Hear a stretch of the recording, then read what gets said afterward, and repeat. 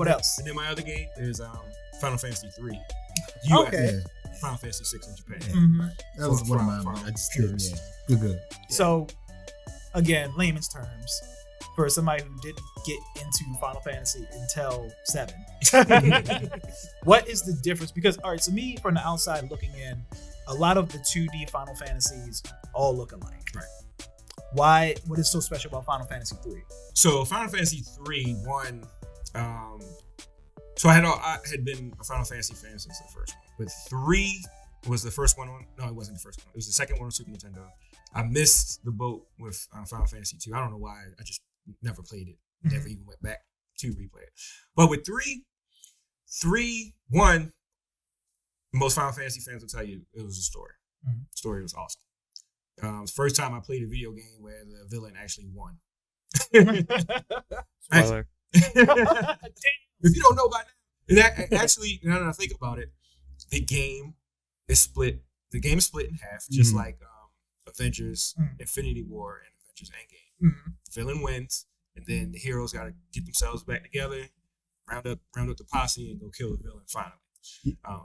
And also, there wasn't a main person.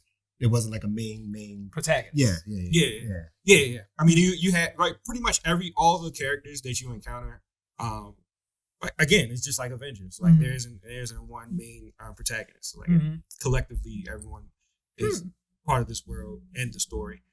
There are several different parts where you are following one character and other characters off doing other stuff, and it's a lot of that. Yeah, you actually have to switch between the two characters at one point in time. That sounds a lot like Octopath Traveler. Because that game is intentional. Like that is like the point of the game. Okay, and that game is kind of derivative of Chrono Trigger. It's supposed to be this. Okay, yeah, that's kind of like that's the selling point of that game. This game, no, I'm thinking of I Am Setsuna. Yes, yeah. Yeah, this game is just. I mean, that's just how the story is laid out for you. So you just end up playing, or end up playing as everyone and going through their backstory and things like that. All the time, all the storylines crisscross. It was a great game. It was a great Final Fantasy game too because it had a lot of. I didn't learn this till years later. So the like in most Final Fantasy games where you get the Espers or the Eidolons, you know, when you cast Ifrit and all that. So I didn't know till years later that when you equip a certain one on a character, every time you level up, you also level up a specific attribute for that. And so when I play RPGs, I just try to rush through as fast as I can, learning very little of the game. So I was online one day and I was reading. This would make me actually go back and play it again. So I was reading how like again, certain aspects give you attributes. You know, so one was a speed attribute. So if you get the speed up to like 99, the what do you call it? The attack gauge goes up faster. That way you can attack more often. And when I figured that out, I was getting all my characters up to level 99. I was just crushing the game, crushing. But that's the reason why it was fun. Because it was always fun to go back and play in different ways, do different things. And I don't want to toot my own. Well, I am going to toot my own horn about that game. I learned how to debug the game before the internet. Found out it was real. I found out that's how much I played this game. Like I was just playing, just fooling around, just digging around, just doing stuff.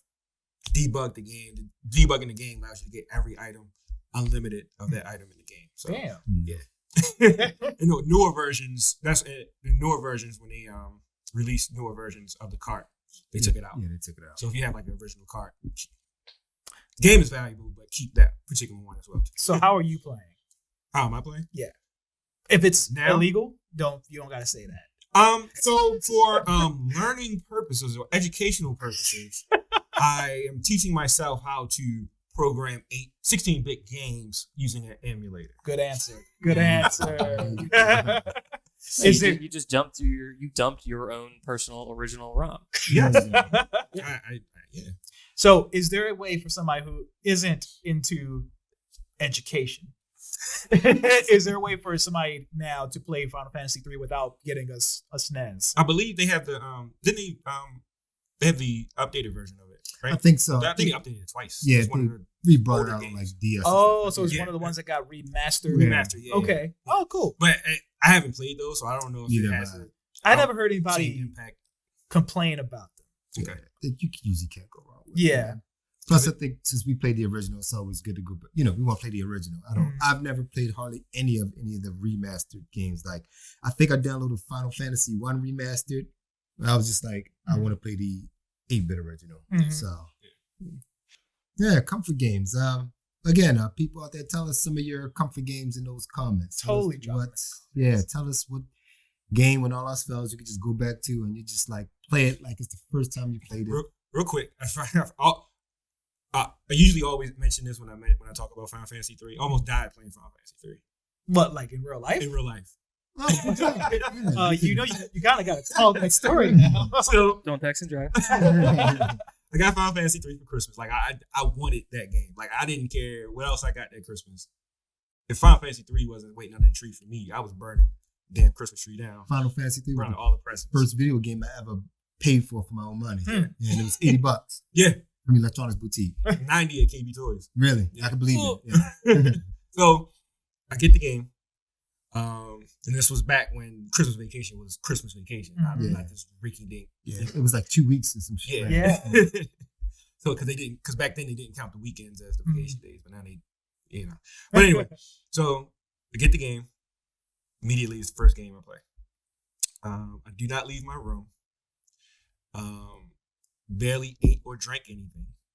Did not sleep because I could not sleep because I was playing the game so much that when I close my eyes, I see the game. So I couldn't sleep. So times that I did lay in the bed, I'm just laying there, afraid to close my eyes because I can see the game like vivid. Mhm. Like you know how you in TVs, if you leave the TV on and you get the burn. Yeah. That's what happened to me, literally.